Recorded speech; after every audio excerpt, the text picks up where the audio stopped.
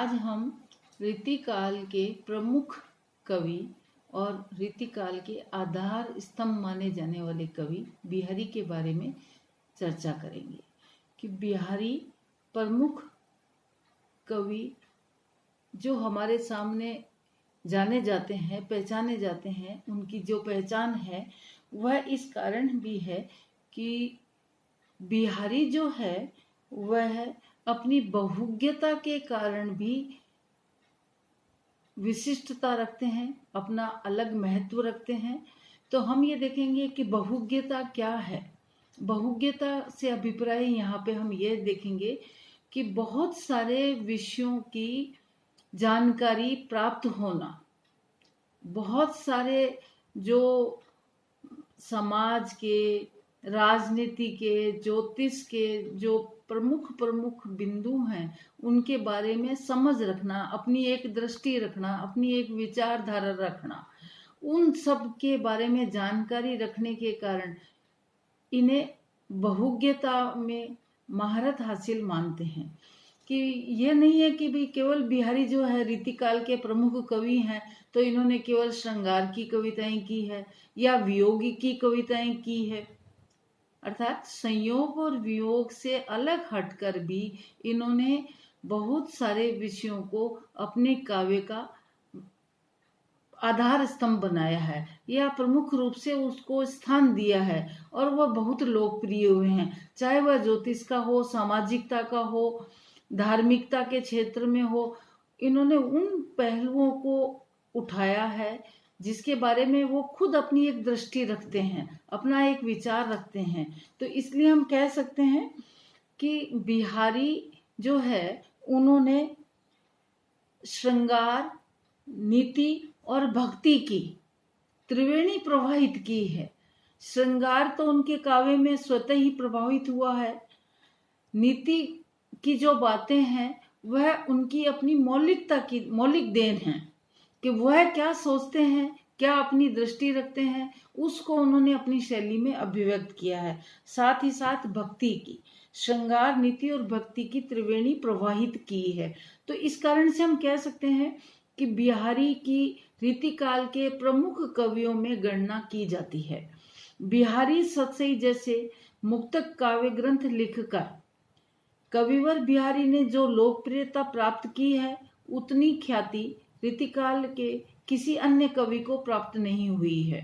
बिहारी ने अपनी सतसई में श्रृंगार के संयोग और वियोग पक्ष को अत्यंत कलात्मक ढंग से प्रस्तुत किया है और उसके साथ ही विविध विषयक ज्ञान को भी बहुत महत्वपूर्ण स्थान दिया है उसमें और उस ज्ञान का अच्छा परिचय दिया है।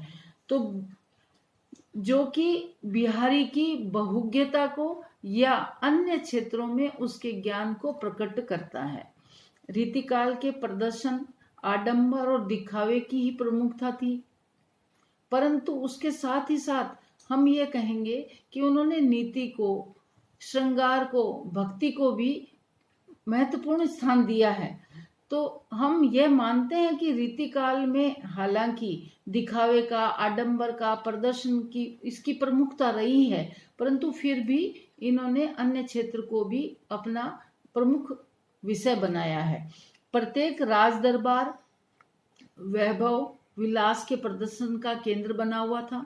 ऐसे प्रदर्शन के युग में जिन कवियों को राजर्षय मिला उनकी सबसे बड़ी योग्यता विविध विषयों को आकर्षक एवं प्रभावी ढंग से व्यक्त करने में थी।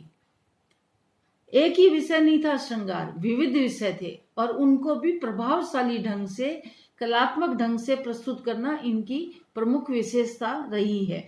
यही कारण है कि रीतिकाल के राजाश्रित कवियों ने अपनी बहुज्ञता का अधिकाधिक परिचय देने का प्रयास किया है। साथ ही साथ इन्होंने अपनी सतसई के माध्यम से बहुमुखी प्रतिभा का परिचय दिया है। बिहारी जयपुर के राजा जय सिंह के दरबारी कवि थे। बिहारी केवल गागर में सागर भरने की कला ही नहीं जानते थे, अर्थात थोड़े में बहुत ज्यादा कहना, थोड़ी सी बात में बहुत सारे मर्म को समझा देना, छोटे से कथन में व्यापक जानकारी दे देना, एक संदेश दे देना, एक अपना उद्देश्य बता देना, ये इनकी अपनी कलात्मक विशेषता या प्रमुखता रही है। गागर में सागर भरने की कला को जानने के कारण ही हम ये कह सकते हैं कि बिहारी केवल गागर में सागर भरने की कला ही नहीं जानते थे, साथ में उन्हें क्या है, गणित का, ज्योतिष का, वैदिक का, सांख्य, नीति, धर्म आदि विषयों का भी पर्याप्त ज्ञान था। उन्हें उसकी जानकारी थी, अपनी एक वो दृष्टि रखते थे। उन्होंने शास्त्रीय ज्ञान के साथ साथ लोक जीवन का चित्रण भी अत्यंत सूक्ष्मता के साथ किया है। लोक जीवन मतलब लोक व्यवहार में क्या हो रहा है, लोक प्रचलित क्या है, लोक मान्यताएं क्या है, लोक व्यवहार में व्यक्ति को कैसा व्यवहार करना चाहिए, इसके बारे में भी उन्होंने बहुत सुंदर व्याख्या की है। बहुत सुंदर ढंग से, कलात्मक ढंग से हमारे सामने उस मर्म को समझाया है। बिहारी सत्सई के आधार पर हम बिहारी की बहुज्ञता का संक्षिप्त परिचय प्राप्त करने में सफल हो सकते हैं। बिहारी मूलतः श्रृंगार के कवि हैं। उनकी सत्सई में प्रेम और श्रृंगार का मनोहारी चित्रण हुआ है। मन को हर्षित करने वाला, मन को मोहने वाला, मन को सुंदर लगने वाला, मनरंजक उनका चित्रण हुआ है, मनोहारी चित्रण हुआ है। श्रृंगार के दो भेद होते हैं, संयोग श्रृंगार और वियोग श्रृंगार। बिहारी के दोहों में श्रृंगार का प्राधान्य है, या यूं कहें कि श्रृंगार की बहुलता है। उन्होंने संयोग श्रृंगार की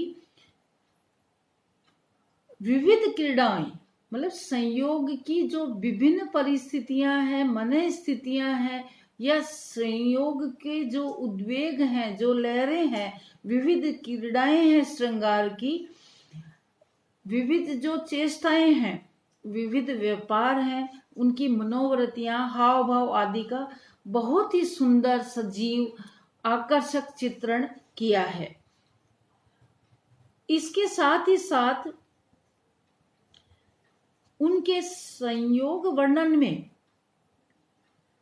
काम क्रीड़ा आदि के वर्णन के अंतर्गत आलिंगन, परिरंभण, चुंबन आदि विविध बाह्य व्यापारों के सजीव चित्रण से लेकर उच्च कोटि के प्रेम के आदर्श रूप तक, या यूं कहें कि प्रेम का उदात्त रूप हमें इनके संयोग वर्णन में देखने को मिलता है। प्रेम, उच्च कोटि का प्रेम देखने को दृष्टिगोचर होता है, अर्थात प्रेम जो है वह अंतर्मुखी नहीं है। प्रेम जो है वह समर्पण, व्यापक रूप में, अपने निश्चल रूप में, अपने उदात्त रूप में हमारे सामने प्रकट इन्होंने, बिहारी ने की, अपने काव्य में किया है। हम संयोग वर्णन में हम ये जान सकते हैं, या हम ये समझ सकते हैं कि बिहारी ने जो संयोग वर्णन किया अपने काव्य में, वह रीतिकाल की परिपाटी है। उसी परिपाटी का, उसी परंपरा का निर्वाह करते हुए इन्होंने अपने काव्य में संयोग वर्णन का वर्णन किया है। उन्होंने नायक नायिकाओं के पारस्परिक मिलन, हास्य विनोद, विविध क्रीड़ाओं और कटाक्षों आदि का विशद वर्णन किया है। बहुत ही सुंदर ढंग से अपने काव्य में इनका वर्णन किया है। बिहारी का अनुभव विधान उच्च कोटि का है। इन सब के वर्णन में उनकी मौलिक सूझ का परिचय मिलता है। ऐसा नहीं है कि उन्होंने केवल जो संयोग वर्णन में मिलन, हास्य, विनोद, उपालंब या विविध कटाक्ष इनका वर्णन किया है तो केवल वर्णन ही नहीं है, इसके साथ साथ हमें इनकी मौलिक सूझ का परिचय भी मिलता है। राधा श्री कृष्ण से प्रेम वार्ता का सुअवसर प्राप्त करने के लिए अपनी बातों के लालच में फंसाकर उनकी मुरली को छुपा लेती हैं, और उसमें आगे ये बताया गया है कि कृष्ण के मुरली वापस मांगने पर सौगंध खाकर मना करना, लेकिन भौं से हंसकर फिर देने के लिए कहने पर नट जाना, आदि अनुभवों को, ये अनुभव हैं, अभिव्यक्ति कुछ नहीं कर रहे हैं, ये भाव चल रहे हैं, उन भावों को, अनुभवों को बहुत सुंदर ढंग से इन्होंने अपने एक दोहे में पूरी सफलता के साथ बहुत सुंदर ढंग से व्यक्त किया है। वह है, बतरस लालच लाल की मुरली धरी लुकाए, सोह करे बोहन हंसे देन कहे नटी जाए। अर्थात भावों का और चेष्टाओं का बहुत ही सुंदर इसमें समागम किया गया है। अनुभवों को बहुत सुंदर ढंग से यहाँ प्रस्तुत किया गया है कि किस प्रकार नोक झोंक या उपालंब जो कटाक्ष है वह कितने सुंदर रूप से इन्होंने अपने अनुभवों में सुंदर व्यंजना हमारे सामने प्रस्तुत की है।